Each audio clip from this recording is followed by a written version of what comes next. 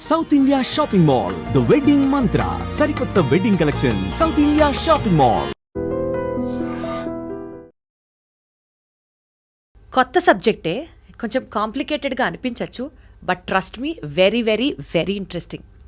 చాలా సింపుల్గా నాకు అర్థమైన భాషలో చెప్తా. సో బేసికల్గా మనిషికి, మనందరికీ ఎమోషన్స్ ఉంటాయి. కోపం, తాపం, లవ్, హేట్రెడ్, ఇలా మిక్స్చర్ ఆఫ్ ఎమోషన్స్ ఉంటాయి. ఈ ఎమోషన్స్ని బేస్ చేసుకుంటూ పాలిటీషియన్స్ డెసిషన్స్ తీసుకుంటే అదొక పొలిటికల్ గేమ్ అయితే that is termed as neuropolitics in simple, which is a game behind a game. Welcome to neuropolitics. ఈ విషయం నేను చెప్తే కాస్తే అర్థమవ్వనట్టు ఉంటుంది కదా. సో డీటెయిల్డ్గా న్యూరోపాలిటిక్స్ గురించి మాట్లాడుకుంటూ ఇప్పుడు ట్రెండ్ అవుతున్న subject Elon Musk versus Donald Trump, వీళ్ళిద్దరికీ రిలేట్ చేస్తూ ఇంకాస్త అర్థం చేసుకునే ప్రయత్నంలో భాగంగా ఇవాల్టి ఈ స్పెషల్ ఇంటర్వ్యూకి నాతో జాయిన్ అవుతున్నారు మనందరికీ ఎంతగానో సుపరిచితులైనటువంటి వ్యక్తి. హెల్త్ గురించి, సబ్జెక్ట్ గురించి and also detailed opinion formation గురించి, ఆయన తీసుకున్నటువంటి డెసిషన్స్ కానీ, ఆయన చెప్పేటువంటి థియరీస్ కానీ చాలా చాలా చాలా acceptable from all of us. And he is none other than ప్రముఖ న్యూరో సర్జన్ ఉన్నారు మనతో, డాక్టర్ రంగనాథ్ గారు. ఆయనతోనే మాట్లాడదాం. సార్ నమస్తే. నమస్తే. ఎలా ఉన్నారు సార్? బాగున్నాను, థ్యాంక్ యూ సార్. అందుకనే మీకు న్యూరోపాలిటిక్స్ చాలా ఈజీ అయింది కదా సార్? అంటే అది నాకు ఈ మధ్య కాలంలో ఎక్కడో చదువుతూ ఉంటే ఒక పుస్తకం వచ్చింది, the ideological brain, radical science, susceptible minds అని. ఒక లేడీ రాసింది, ఆమె పొలిటికల్ న్యూరో సైంటిస్ట్. ఆమె ఒక చిన్న మాట అక్కడ రాసింది ఏమిటంటే, మన తాలూకు రాజకీయ భావాలు, దాన్ని విశ్లేషించే శక్తి, మార్చే శక్తి మెదడుకే ఉంది అని.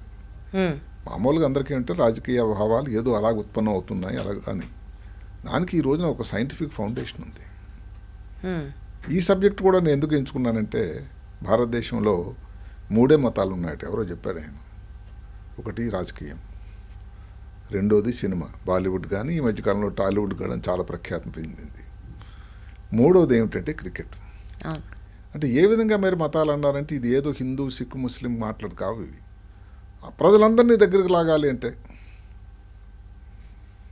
క్రికెట్లో అసలు అందరూ వైషమ్యాలు అన్నీ మర్చిపోతారు, అందరూ పక్కింటి వాళ్ళు వీళ్ళని కూర్చొని ఎంజాయ్ చేస్తూ ఉంటారు. సరే, దాని అప్పుడప్పుడు ఇబ్బందులు చిన్న ఉంటాయి, అది పక్కన పెడతాం. మొత్తం మీద ఎవరో విశ్లేషకుడు చెప్పినట్టుగానే భారతదేశంలో ఈ 3 ముఖ్యమైన మతాలట. అవును. సో అందులో ముఖ్యమంత్రి రాజకీయం. భారతదేశంలో ఇంకోటి ఏమిటంటే, ఇంకేదో 1 నేషన్ 1 ఎలక్షన్ అని వస్తుంది, కానీ ఈ సంవత్సరం పొడుగున ఎలక్షన్సే. సో అందువల్ల ఈ రాజకీయాల్లో మెదడు పాత్ర, అంటే నాడీ శాస్త్రం ఏదైతే ఉందో దానికి రాజకీయాల్లో ఎంత పాత్ర ఉంది అని న్యూరోపాలిటిక్స్ చెప్తూ ఉంటాయి. ఇది ఎప్పుడో ఈ మధ్యన కాలం నిజానికి వచ్చింది కాదు. దీనికి పేరు అన్నది ఎవరు పెట్టారో అని చెప్పడం ఎప్పుడో ప్లాటో, అరిస్టాటిల్ రోజుల నుంచి కూడా దీని గురించి ప్రస్తావన ఉంది. అయితే వాళ్ళంత గణనీయంగా వాళ్ళ పక్కగా అప్పటికి దానికి ఈ నామకరణం చేయలేకపోయారు. 1979లో రోజర్ స్పెర్రీ అని ఒక మహానుభావుడు దీనికి ఆల్మోస్ట్ మనం చెప్పొచ్చు, ఆయనే దీనికి ఒక నాంది ప్రస్తావన చేశాడు, నామకరణం చేశాడు అని. అయితే ఇక్కడ ఈ ఒక్క న్యూరోపాలిటిక్స్ అనేది ఒక్కటే సబ్జెక్ట్ కాదండి, దానిలో చాలా సమ్మిళితమైన ఇంకా సబ్జెక్టులు ఉన్నాయి. న్యూరాలజీ సరే, న్యూరో ఎకనామిక్స్, న్యూరో లా, న్యూరో సైకాలజీ, అదే కాకుండా న్యూరో ఫిజియాలజీ, ఇలాగ ఇన్ని సబ్జెక్టుల తాలూగా సమ్మిళితమే న్యూరోపాలిటిక్స్. అసలు న్యూరాలజీ అన్న బ్రాంచ్ ఇట్ సెల్ఫ్ నేను మామూలుగా నా పర్సనల్గా అనుకుంటూ ఉంటాను sir, one of the toughest branches అని అనుకుంటూ ఉంటా. అన్ని నరాలకు సంబంధించిన ప్రాబ్లమ్స్, వీటి గురించి హెల్త్ చదువుకోవాలంటేనే చాలా కష్టం. 100 బిలియన్లు ఉన్నాయట చిన్న కణాలు. అదే సార్ అంటారు. అది కూడా పూర్తిగా ఎవరు కౌంట్ చేయలేదు, ఒక అంచనా ఎవరు చేయలేరేమో సార్. ఆకాశంలో ఎన్ని నక్షత్రాలు ఉంటాయి చెప్పమంటే చెప్పలేరు కదా. అదే కాకుండా నేను ఎన్నిసార్లు చెప్పాను, శరీరంలో అన్ని అవయాల్లో ఆ సృష్టికర్త మెదడుని ఎందుకు పైన అమర్చాడు అన్నిటికంటే దానికి ఉన్న ముఖ్యత ఆయన కూడా గమనించాడు. ఎగ్జాక్ట్లీ. అదే కాకుండా మెదడుకి ఉండేటువంటి ఒక ప్రొటెక్షన్ కవచం ఏదైతే కపాల భాగం అంటాం, స్కల్, అంత గట్టిపోని ఎక్కడా లేదే. అదే మరి. అందువల్ల ఏంటంటే మెదడు దాని ఉనికిని సృష్టికర్త తయారు చేసినప్పుడే ఆయన దాని ప్రామినెన్స్ ఏంటో ఆయనకి తెలుసు గట్టిగా. దానికి మనం ఇవ్వాల్సినటువంటి రక్షణ కవచం కూడా మనదే బాధ్యత అని మహానుభావుడు ఆలోచించాడు. దాని రిలేటెడ్ బ్రాంచెస్లో ఒకటైనటువంటి న్యూరో పాలిటిక్స్ గురించి ఇప్పుడు మనం మేము మాట్లాడుకుందాం. చదువుకున్న నుంచి అప్పుడు neurology, neuro surgery, neuro radiology, neuro physiology, neuro anatomy అని ఇలా సబ్జెక్ట్ చదువుకున్నాం. ఇంకా రోజులు అంతా మారుతూ ఉన్నాయి కదండి. ఇప్పుడు ప్రపంచం అంతా కూడా మాట్లాడేది పాలిటిక్స్. ఎక్కడ అమెరికాలో జరిగినా మనకు కావాల్సింది, ఇంగ్లాండ్లో జరిగింది ఎలా ఉంది వ్యవహారం, ప్రపంచం అంతా దాని గురించి ఎవరైనా ప్రతి కామన్ వ్యక్తి కూడా ఏం చదువుకున్నాడు, పండితులు పామరులు కూడా మాట్లాడేది పాలిటిక్స్. ఎట్లా sir, what is the relation between politics and brain? So what, మన సబ్జెక్ట్ ఇవాళ అదే కాబట్టి అవును. ఎలా రిలేషన్ చూస్తాను చెప్పండి. అంటే ఇప్పుడు రాజకీయ ఒక అంచనా ప్రజలు ఎలా వేస్తారంటే ఒక రాజకీయ ధోరణి ఉంది, రాజకీయ అంచనాలు ఉన్నాయి. లేకపోతే రాజకీయం అదే కాకుండా ఒక ఆలోచన అంటే దేని మీద వాళ్ళ భావాలు. ఒక వ్యక్తి ఓటర్ ఇంకెలాగా ఆలోచిస్తారంటే ఎవరైతే ఒక క్యాండిడేట్ ఉన్నాడు ఆయన గురించి విశ్లేషణ. అంటే మీరు చెప్పేది సెఫాలజీకి దగ్గరలో ఉంది కదా. కానీ దీనికి నాడీ మండలం మెదడు నుంచి కేంద్రీకరణ జరిగింది. సెఫాలజీ అన్నది ఏమిటంటే డేటా అనాలిసిస్, సోషల్ బిహేవియర్, సామాజిక ఇది. అక్కడ రాగానే బయటకు వచ్చిన తర్వాత ఏమిటంటే ఎగ్జిట్ పోలు, మీరు ఓటు వేసారని. అక్కడ ప్రాబ్లం వల్ల కొన్నిసార్లు ఈ మధ్య కాలంలో ఎగ్జిట్ పోల్స్ ఎందుకు మిస్ అవుతున్నాయి అంటే మనం సెఫాలజీని కించపరిచే ప్రయత్నం కాదు, అదో రకమైన సైన్సు. ఇక్కడ న్యూరో పాలిటిక్స్ ఏదో ఉన్నతమైంది, సెఫాలజీ అనేది తక్కువ అయింది కాదండి. అయితే దీంతో ఆలోచించినట్టయితే మెదడుతో కేంద్రీకృతంగా మెదడు మీద ఆధారపడి చేసేటువంటి ఈ ఆలోచనలు న్యూరో పాలిటిక్స్. అంటే సార్ మేబీ న్యూరో పాలిటిక్స్ని బేస్ చేసుకొని న్యూరో పొలిటికల్ ఎనలిస్టులు ఎవరైతే ఉంటారో పలానా ఎలక్షన్స్లో పలానా పార్టీ గెలవచ్చుగాక, ప్రజల నాడి ఇలా ఉంది, ఈ రాజకీయ నాయకుడు ఇలా చేస్తే గెలుపు వస్తుందేమో అని ముందరే అసెస్ చేయడానికి ఇలాంటివి హెల్ప్ అవుతాయా? Pulse of the public. అమెరికాలో జరుగుతూనే ఉంది ఆల్రెడీ. మన దేశంలో ఇంకా ఆ పద్ధతి జరిగినట్టు మన దాఖలాలు లేవు. అక్కడ ఎందుకంటే అసలు ఎలాంటి వాళ్ళు దాన్ని ఉపయోగంలో తీసుకుంటున్నారని ఈ విశ్లేషకులు న్యూరో పాలిటిక్స్ ఎనలిస్ట్ని అని ఒక సమాచారం. వావ్. ఎందుకు అంటే ఇప్పుడు మాటకి మెదడులో అమెరికా అంటే ఏమిటి, మెదడులో తయారీ, దాని తాలూకా పనితనం, వీటిలన్నిటిని కూడా మెదడు రాజకీయ ధోరణులన్నీ ముడిపడి ఉన్నాయి. మాటకి ఇప్పుడు మెదడులో ఒక భారం వగ ఉంటుంది, యాంటీరియర్ ప్రీఫాంటల్, యాంటీరియర్ కాల్కేరియన్ సల్కస్ అని. యాంటీరియన్ కాల్కేరియన్ సర్కస్ అంటే ఏమిటి, ఇక్కడ ఈ భాగంలో ఉంటుంది మధ్యలో. ఓకే. అక్కడ మెదడులో ముందు మనకు తెలిసిందే గ్రే మ్యాటర్, వైట్ మ్యాటర్ ఉంటుంది. గ్రే మ్యాటర్ బూడిద రంగులో ఉండేటువంటి పైన భాగాన్ని గ్రే మ్యాటర్ అంటాం, లోపల ఉండేదాన్ని వైట్ మ్యాటర్ అంటాం. ఈ ఎవరైతే ఉదార స్వభావాలు అంటే ఇప్పుడు నేను చెప్పాను ముందుగానే మన దేశంలో ఇంతవరకు దాని గురించి అలాంటి పరిశోధనలు స్టడీస్ రాలేదు కాబట్టి పార్టీ పరంగా మనం మాట్లాడబోం. జరుగుతుంది ఎక్కువ కూడా అమెరికాను ఉద్దేశించే, కొంతవరకు ఇంగ్లాండ్. సో ఎవరైతే డెమోక్రాట్స్ జనరల్గా ఉదార స్వభావులు అని కదా అక్కడ. ఆ డెమోక్రాట్స్లో ఈ యాంటీరియర్ ఫ్రీ ఫ్రాంటల్ ఇది కాల్కేరియన్ కార్టెక్స్ అన్నది చాలా ఎక్కువ డెవలప్ అయి ఉందట. అదే కానీ రిపబ్లికన్స్లో అమిగ్డలా, అది కూడా కుడి పక్కన అంటే రైటిస్ట్ లెఫ్టిస్ట్ అని కూడా ఒక మాట వాడుతూ ఉంటారు. అమిగ్డలా is a portion of brain which stays in the right side. లేదు, రెండు వైపులా ఉంటుంది. ఎమిగ్డలా రైట్ టు లెఫ్ట్ ఉంటాయి. ఓకే. ఈ భావాలు ఉండే వాళ్ళకి రైట్ ఎమిగ్డలాలో కొంచెం ఉత్తేజితంగా ఉండడం, ఈ గ్రే మ్యాటర్ అనేది ఎక్కువగా అక్కడ డెవలప్ అయి ఉండడం జరిగింది. ఇదొక పద్ధతి అయింది. ఇప్పుడు వాటికి రాజకీయాలు ఆలోచన చేస్తున్నారు నాయకులు, లేకపోతే క్యాండిడేట్ సెలక్షన్ ఇలాంటి దాని తల మునకలై ఉన్నారు. అప్పుడు వాళ్ళకి తెలియకుండానే మెదడులో కొన్ని కేంద్రాలు ఉన్నాయి. వెంటల్ మీడియల్ ఫ్రాంటల్ కార్టెక్స్ అని, యాంటీరియర్ ప్రీఫ్రాంటల్ కార్టెక్స్ అని. ఆ తర్వాత చెప్పుకుంటా మెదడులో ముఖ్యమైన భాగాలు ఈ న్యూరో పాలిటిక్స్లో ఏవైతే ఉన్నాయో వాళ్ళ పాత్ర గురించి. ఇవాటి ఉత్తేజం యాక్టివ్ అవుతూ ఉంటాయి. అంటే దానికి స్టడీస్ ఉన్నాయి. అదే కాకుండా ఒక రాజకీయ నాయకుడు ప్రచారంలో ఉన్నారు. ప్రచారం చోటు మారుతూ ఉంటుంది. ఇప్పుడు మాటకు బీహార్లో ఒక మాట మాట్లాడతారు, లేకపోతే ఇంకో దగ్గరికి వెళ్ళారు. అలాగే అక్కడ కానీ రిపబ్లికన్స్ కానీ అక్కడ ఉండేటువంటి పరిస్థితులను బట్టి, ఉన్న విషయాలను బట్టి, ఉద్యోగం బట్టి, మనకు ఎప్పుడో 1971 వారు, లేదా మొన్న వచ్చినటువంటి పహల్గామో, లేకపోతే బాలాకోట్, ఇలాంటి విషయాల్లో ఆ ప్రాంతాలు ప్రజలలో ఉద్యోగం అవుతూ ఉంటాయి కొన్ని ఏరియాస్. అది న్యూరో బయాలజీ చెప్తూ ఉంటుంది. అదే కాకుండా ఇప్పుడు ఏది ఒక ఓపెన్నెస్, నిష్కాపట్యం జనరల్గా ఈ డెమోక్రాట్స్లో ఉంటుంది అని వాళ్ళు. చెప్తారు. అదే కాకుండా కాన్షియన్సెస్ అంటే ఏంటంటే చాలా స్ట్రాంగ్ విల్, మనకు సాక్షి, ఇంకెవరి మాటలు నాకు అక్కర్లేదు నేనే, అది ఈ ఏదైతే ఉన్నదో సాంప్రదాయవాదులు అంటే అక్కడ జనరల్గా రిపబ్లికన్స్ మాట్లాడతారు. ఇప్పుడు ప్రీఫ్రాంటల్ కార్టెక్స్ అని ఒక మాట మాట్లాడచ్చు. ఏదైనా కారణం వల్ల ప్రీఫ్రాంటల్ కార్టెక్స్ కానీ డ్యామేజ్ అయింది అనుకోండి, దెబ్బ తగిలింది అనుకోండి, అసలు వాళ్ళ ఆలోచన ధోరణి పొలిటికల్ ఇది చాలా చాలా స్ట్రాంగ్ వ్యూస్ ఉంటాయి వాళ్ళకి, చెప్పింది ఇంకంతే. అంటే వాళ్ళు జనరల్గా సాంప్రదాయవాదులు అవుతారు. అదే కానీ మనం ఎమిగ్డలా అని ఒక మాట, తర్వాత ఎమిగ్డలా తాలూకు ఉపయోగం మాట్లాడదాము. ఎమిగ్డలా కానీ ఏదైనా కారణం వల్ల డ్యామేజ్ అయింది అనుకోండి, నెమ్మదిగా డోసైల్గా ఉంటారనమాట. Different parts of the brain contribute to different reactions and different emotions. Correct. దాన్ని బట్టే ఇది, దాన్ని బట్టి వచ్చేది ఈజ్ న్యూరో రిలేటెడ్ సైన్సెస్. దీన్ని పొలిటికల్ స్టడీకి జోడిస్తే అదే న్యూరో పాలిటిక్స్. అవును. ఇప్పుడు ఎమిగ్డలా మనం అనుకున్న పోనప్పుడు ఇప్పుడే చెప్పిద్దాం. ఎమిగ్డలా ఎంత ఒక చిన్న బాదం గింజ సైజు ఉంటుంది, అంతే ఉంటుందా సార్? అంతే ఉంటుంది. మరి దాని తాలూకు పనితనం అక్కడ ఉండేది ఏంటి? ఫ్లైట్ అండ్ ఫైట్ రెస్పాన్స్ అని. ఏదైనా విషయం రోడ్డు మీద ఏదో కోపం వచ్చింది, ఏదో డ్రైవింగ్లో చేస్తున్నప్పుడు ఎవడో అడ్డొచ్చాడు, ఇంకా అక్కడ ఏంటి? ఫైట్ ఆర్ ఫ్లైట్, కొట్టడమా అక్కడ నుంచి వెనక్కి వెళ్ళిపోవడమా? ఆ రేజ్, యాంగ్జైటీ, యాంగర్, కోపం, ఎడిక్షన్ కూడా కేంద్రం అదే. అదే వీటన్నిటికీ పుట్టినిల్లు ఎమిగ్డలా. ఎమిగ్డలా.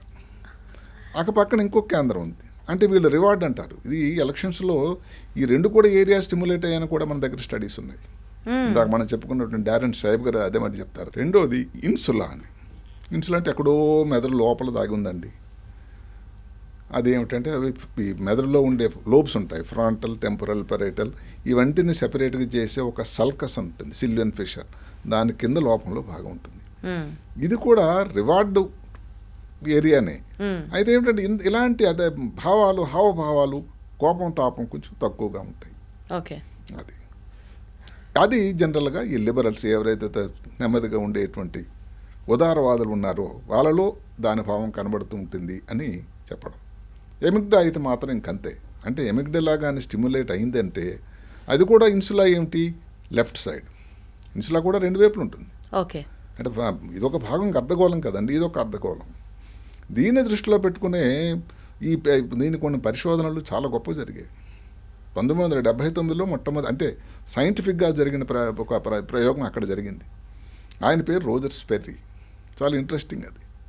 ఏం జరిగిందంటే మెదడులో మధ్యలో అనుసంధానకర్త ఒకటి ఉంటుంది, కార్పస్ కల్లోజం మధ్య భాగంలో, అంటే రెండు అర్ధగోళాలని కలిపేటువంటి ఒక చోటు.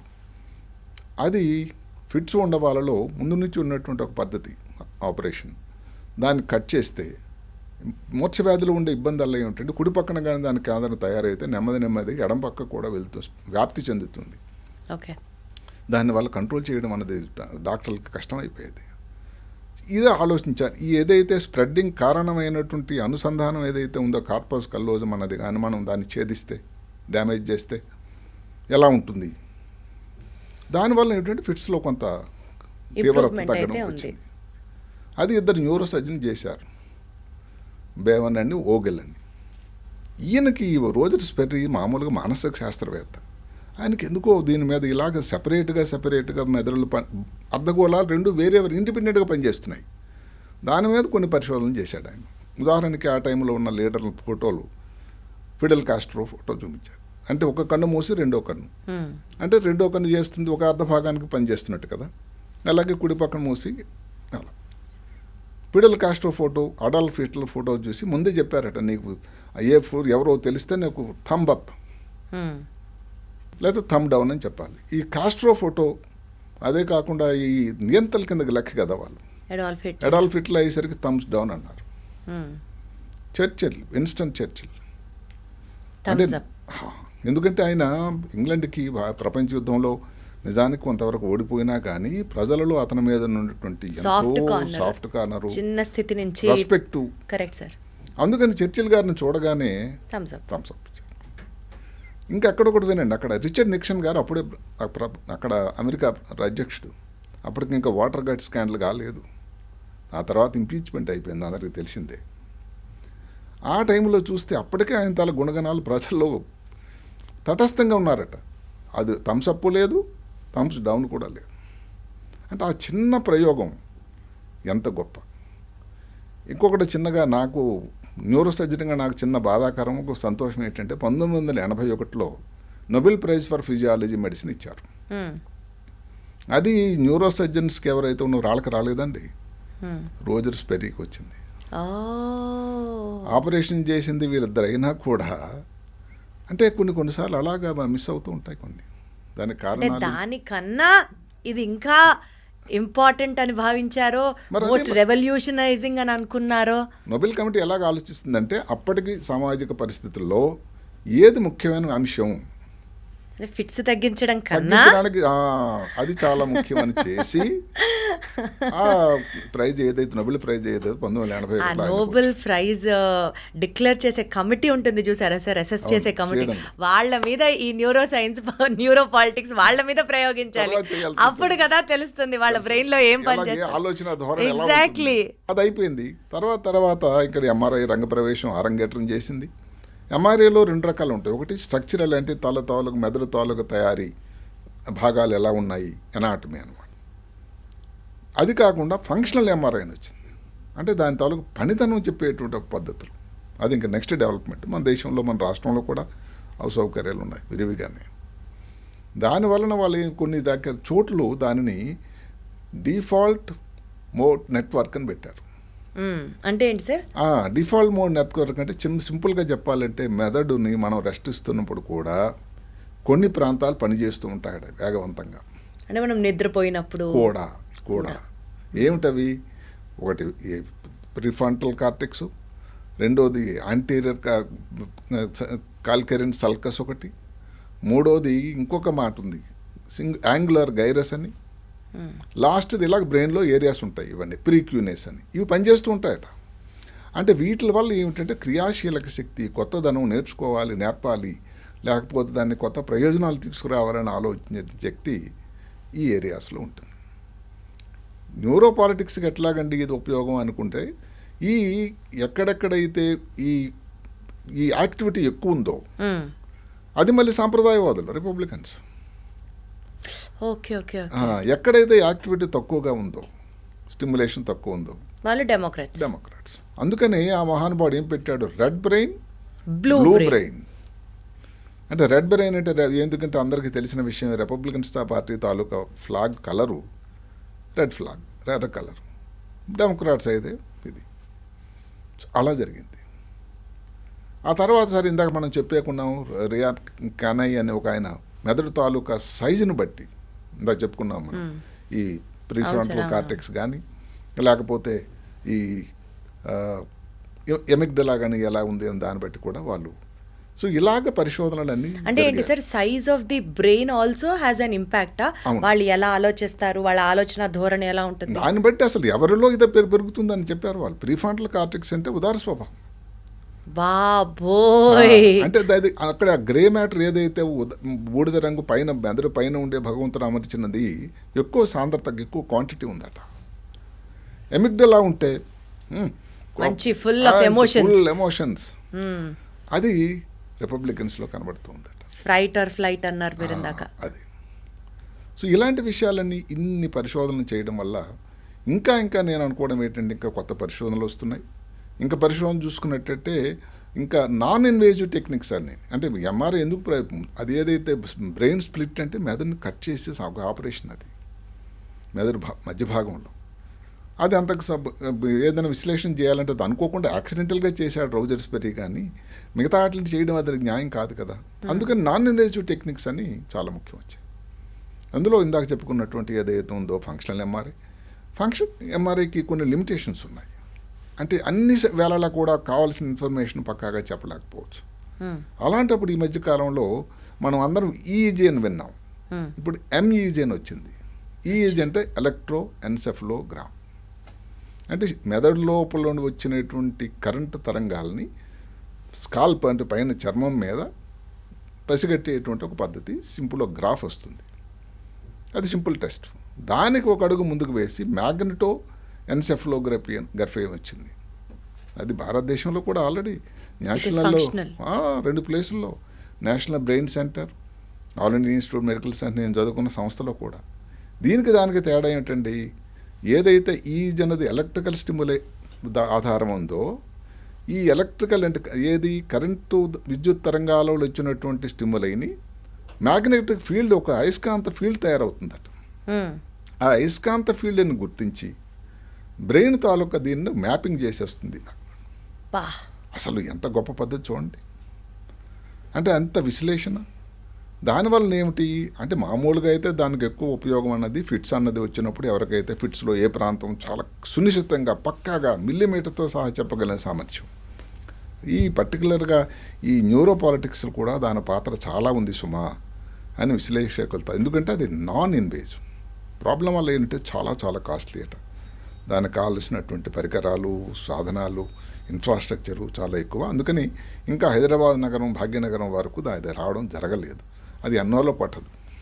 ప్రస్తుతానికైతే భారతదేశంలో కూడా. బట్ అట్లీస్ట్ సార్ ఇంత గొప్ప టెక్నాలజీ ఎగ్జిస్టింగ్గా ఉంది, మనిషి కనుక్కోగలిగాడు అనైనా మనం సంతోషపడాలి. మన దాకా ఇవాళ కాకపోతే రేపైనా వస్తే రావచ్చు కాక, మానవాళికి అది ఎంత బాగా ప్రయోజనం కలిగించబోతోందో in the near future is what we have to feel proud today. 100%. ఎందుకంటే సైన్స్ నిరంతర ప్రగతి. నేను ఎన్నిసార్లు చెప్పుకున్నది ఏంటంటే 1976లో సిటీ స్కాన్ అనేది గొప్ప రెవల్యూషనరీ. ఎగ్జాక్ట్లీ. ఆ తర్వాత ఇంత అసలు సిటీ స్కాన్ వస్తుంది అనుకున్నాం.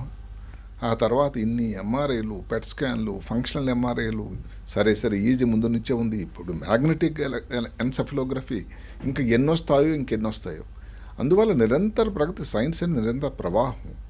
అందువల్ల అది ఇంకా ముందొస్తుంది. ఇవన్నీ అంచనాలు వేయడం అనేది చాలా సునిశ్చితం, సులభతరం అయిపోతుంది కూడా నేను నమ్ముతూ ఉన్నాను. Wonderful sir. సార్ ఇప్పుడు మీరు చెప్పిన దాంట్లోంచి జస్ట్ ఒక చిన్న సమ్మరీ తీద్దాం సార్. సపోజ్ ఇప్పుడు ఎమిగ్డలా బాగా స్టిమ్యులేట్ అయితే ఆ పర్సన్ చాలా ఎమోషనల్గా ఉంటాడు, full of vitality, aggression, vigour, anger, whatever. దాని తర్వాత కొంచెం ఇన్సులా గనక, ఒకవేళ లెఫ్ట్ సైడ్ ఇన్సులా గనక కొంచెం డామినేటివ్గా, స్టిమ్యులేటివ్గా చెప్పింది ఏంటంటే రైట్ ఎమిగ్డలాకే చెప్పారు. మళ్ళీ రైట్ ఎమిగ్డలా ఎంత స్పెసిఫిక్ చూడండి. Correct sir. Right side amygdala గనక స్పెసిఫిక్ అయితే ఈ పరిశోధన ఇంకంత specific. Exactly. So left insula గనక స్టిమ్యులేటివ్ గా ఉంటే వాళ్ళు చాలా కామ్ గా, సటిల్ గా, చాలా బ్యాలెన్స్డ్ గా, డొసైల్ గా ఉంటారు. డెసిషన్ మేకింగ్ బాగుంటుంది. వీటితో పాటు సైజ్ ఆఫ్ ది బ్రెయిన్ కూడా ఇంపాక్ట్ చూపిస్తుంది. ఇట్లా ఇన్ని రకాలుగా మాట్లాడుకున్నాం. So this is all related to neuropolitics అని అనుకుందాం. దాన్ని పొలిటికల్ లీడర్స్కి ఆపాదిస్తూ పొలిటికల్ డెసిషన్ మేకింగ్లో హెల్ప్ అయితే this branch is call neuropolitics. ఇక్కడ వరకు చాలా క్లియర్గా అర్థం. ఇప్పుడు ఒక చిన్న కేస్ స్టడీ చేద్దాం సార్. సపోజ్ ఇప్పుడు మీరు రిపబ్లికన్ పార్టీ అన్నారు, డెమోక్రటిక్ పార్టీ అన్నారు, రెడ్ బ్రెయిన్ అన్నారు, బ్లూ బ్రెయిన్ అన్నారు. కాబట్టి ఇదే సిచ్యువేషన్ని కేస్ స్టడీ లోపల ఇంకాస్త అర్థమయ్యేటట్టు చేద్దాం. సపోజ్ ఇప్పుడు ఫర్ ఎగ్జాంపుల్ ప్రపంచాన్ని శాసించే అమెరికా అధ్యక్షుడు ఉన్నాడు అనుకోండి సార్, డొనాల్డ్ ట్రంప్ అని తీసుకుందాం. మహానుభావుడు నిజంగా. ఎప్పుడు ఏ డెసిషన్ తీసుకుంటాడో ఆయనకే తెలీదు, ఏ డెసిషన్కి హెడ్లైన్స్లో ఉంటాడో కూడా ఆయనకే తెలుసో తెలీదో పక్కన పెడదాం. ఈయనతో పాటు ఈక్వల్గా హెడ్లైన్స్ని షేర్ చేసుకుంటున్న ఆయనకు అత్యంత మిత్రుడు మొన్నటి వరకు అదే కదా సార్, మరో పెద్ద మనిషి ఇలాన్ మస్క్, ప్రపంచ కుబేరుడు.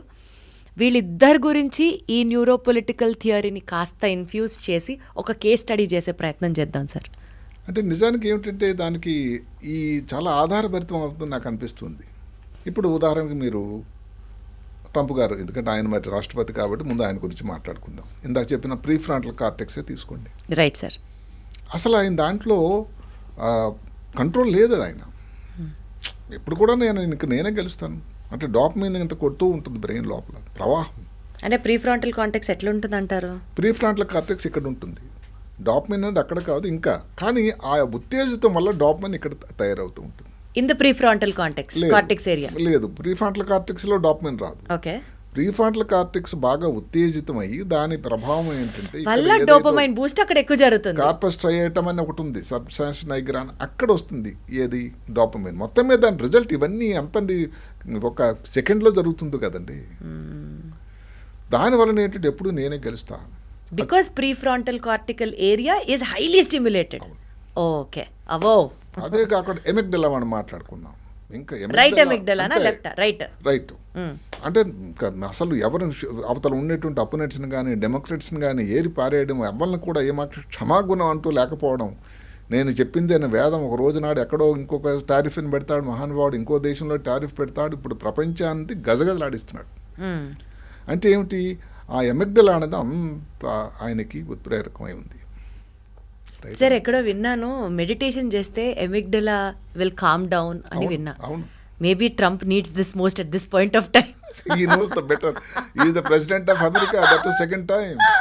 He is none other than. ఇప్పుడు ఎలాంటి మస్క్ గారికి వద్దాం. ఆయన Yes. ఇప్పుడు కూడా కొత్తతనం. ఆయన కూడా న్యూస్లో ఉండాలనేటువంటి తాపత్రయం అయితే ఉంది. అయితే ఈ ప్రీఫ్రాంటల్ కార్టెక్స్ ఆయనకి చాలా కంట్రోల్గా ఉంటుంది నా ఆలోచన. ఎందుకంటే ఎప్పుడు కూడా అంత అయిపోకుండా కొత్తతనం. అదే కాకుండా ఇందాక మనం ఒక మాట చెప్పుకున్నాం, డిఫాల్ట్ మోడ్ నెట్వర్క్ అని. అది చాలా యాక్టివ్గా ఉండాలి ఆయనకి. ఎందుకంటే ఏదైనా కొత్తతనం, అసలు ప్రపంచంలో కొత్త విషయాన్ని చేయాలి, ప్రపంచ తాలూకా రూపురేఖలు మార్చేయాలని ఆ ఆలోచన. పర్టికులర్ క్వాలిటీని స్టిమ్యులేట్ చేసే పార్ట్ ఆఫ్ ది బ్రెయిన్ ఏది సార్? అదే ఇందాక చెప్పుకున్నాం, ప్రీక్యూనెస్ అని, ప్రీక్యూనెస్. అలాగే యాంటీరియర్ ప్రీఫ్రాంటల్ కార్టెక్స్ అని, మీడియల్ ఫ్రాంటల్ కార్టెక్స్ అని, యాంగులర్ గైరస్ అని, ఈ 4 భాగాలని డిఫాల్ట్ మోడ్ నెట్వర్క్ అంటారు. అలాంటి భాగాలు ఆయనకి చాలా చాలా. అదే కాకుండా ఇప్పుడు ఈ మాటకి చూసినట్టయితే ఓపెన్నెస్ అంటే నిష్కాపట్యం చాలా తక్కువ ఉంది ట్రంప్ గారికి. ఈయనకి చాలా ఎక్కువ. అంటే ఆయన ఏదో అనేస్తాడు వచ్చింది ఆయన, మరి అదే పోయింది ఆయనకి ట్రంప్ గారితో అతనికి సంబంధం చెడిపోవడానికి. అదే కాకుండా కాన్షియన్సెస్ అంట, అంటే ఏమిటి, మనస్సాక్షి, అది కూడా చాలా ఎక్కువ. ఆయనకి చాలా తక్కువ ట్రంప్ గారికి. రెండు డిఫరెంట్ అంటే క్యారెక్టర్స్ లాగా అనిపిస్తుంది. ఎలాంటి వ్యక్తిత్వాలు చూడండి అసలు, ఎంత ఇద్దరు మిత్రులైనా కూడా. వీళ్ళిద్దరు ఫ్రెండ్షిప్ ఇన్నేళ్ళు ఎలా కొనసాగింది అనేది ఇప్పుడు ఆలోచన వస్తుంది. అంటే ఒకప్పుడు ఏమిటంటే 2022లో ఉన్న సమాచారం ప్రకారం ట్రంప్ని ఈయన ఒక బిజినెస్ మ్యాన్ అంటే బేసికల్లీ బిజినెస్ మైండ్ సెట్ ఆయన is not a full time politician. Correct. అవును sir. He has been helping. ఏమిటంటే ఆయన ఏదో కారణాంతరాల వల్ల ఆయనైతే పోటీ చేయలేడు. ఎందుకంటే ఆయన అమెరికా వాసికాడు, అక్కడ జన్మించలేదు. అక్కడ ఉన్నటువంటి చట్టం ప్రకారం, కాన్స్టిట్యూషన్ ప్రకారం ఆయన పోటీ చేయలేడు, చేయాలన్నా కూడా. అది అమెరికన్ కాన్స్టిట్యూషన్ అది. సో అయితే ఎందుకు ఆయన భావజాలాలు ట్రంప్ తాలూకు అనండి, అతను ఎంతవరకు అంటే కొన్ని స్వింగ్ స్టేట్స్లో లైక్ పెన్సిల్వేనియా అలాంటి దగ్గరలో ఈయన తాలూకా పాత్ర లేకపోతే కానీ అసలు గెలిచేవాడు కాదు. అంటే ఇంత వైరుధ్యాలు ఉండేటువంటి ఇద్దరు వ్యక్తులు అత్యంత మిత్రులై కారణాంతరాల కారణాంతరం వల్ల ఎంతవరకు అంటే ఆ వచ్చిన స్పార్క్ ఎక్కడ వచ్చిందంటే ట్రంప్ గారు అతనికి చాలా ఇష్టమైన బిల్లు ఒకటి పెట్టాడు, అన్ని ట్యాక్స్లు పెట్టి చేద్దాం అని. దాని పేరు బిగ్ బ్యూటిఫుల్ బిల్ అన్నాడు ఆయన, 3 B's. చివరికి జరిగింది ఏంటంటే బిగ్ బ్యూటిఫుల్ బ్రేకప్ అయింది. అంటే ఎంతవరకు అంటే విశ్లేషకులు అందరూ కూడా, మన రాజకీయ విశ్లేషణ కాకపోయినా అసలు మళ్ళీ వాళ్ళు కలిసి మిత్ర అవుతారా, అది అవకాశం ఉందా, ఇది వేసి చూడాలి.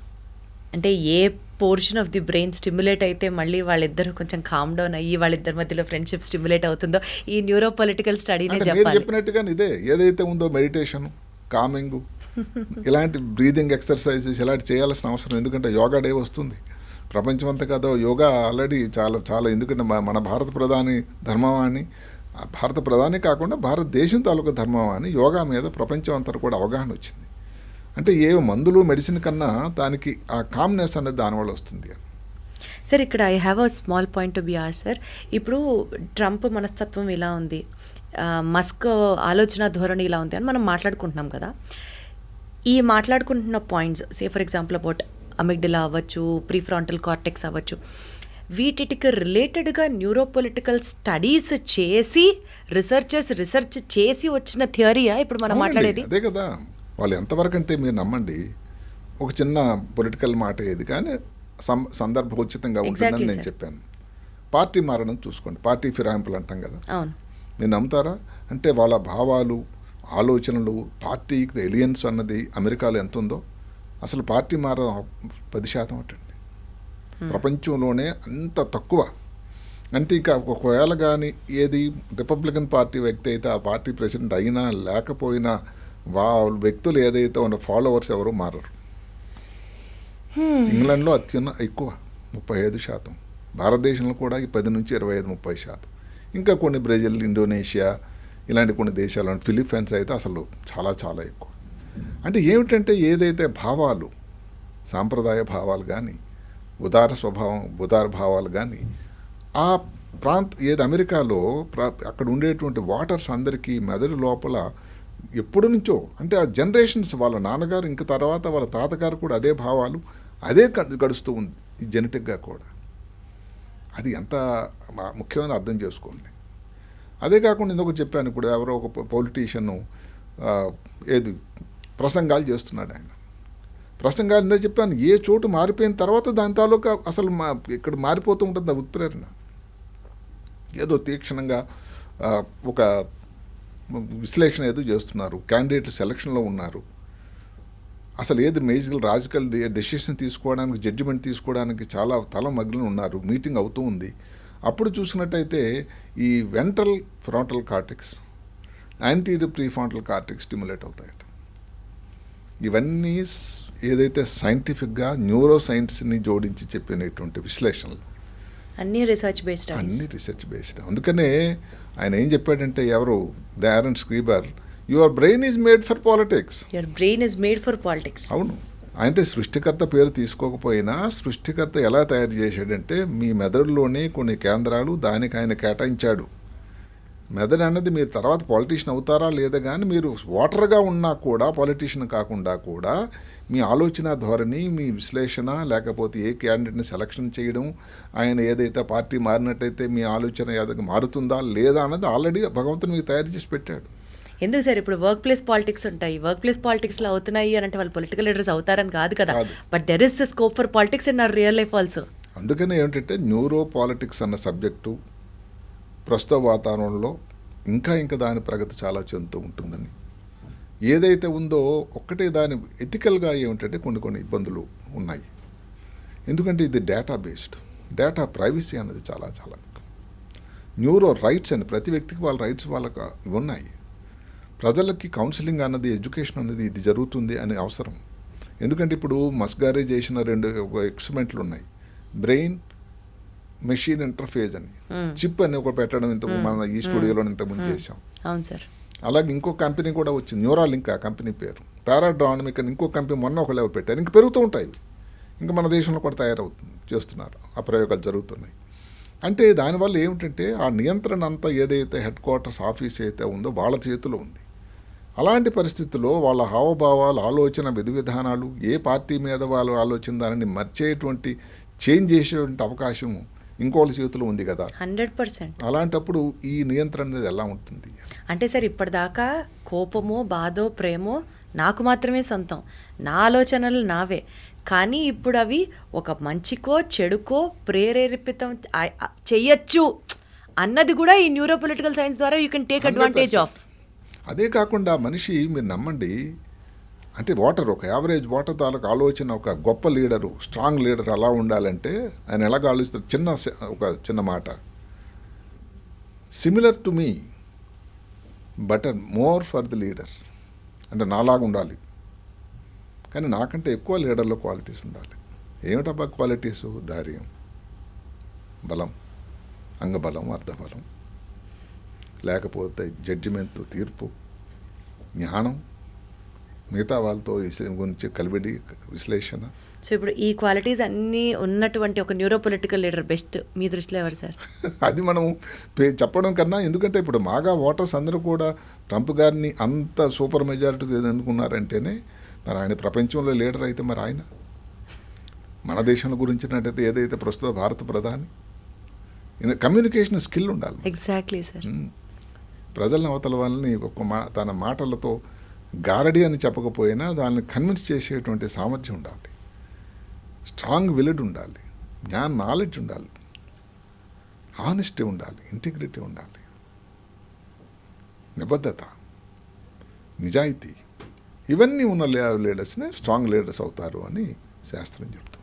సార్, మనకి యోగా గురించి మాట్లాడుకున్నా, మెడిటేషన్ గురించి మాట్లాడుకున్నా, మూలాధార చక్రం అని అట్లా బాడీలో ఉన్నటువంటి ఆ చక్రాస్ అన్నీ ఒక్కొక్క చక్రం యాక్టివేట్ అయితే ఒక్కొక్క క్వాలిటీ బయటకు వస్తుంది అన్నది మన వాళ్ళు ఎప్పుడో కనిపెట్టారు.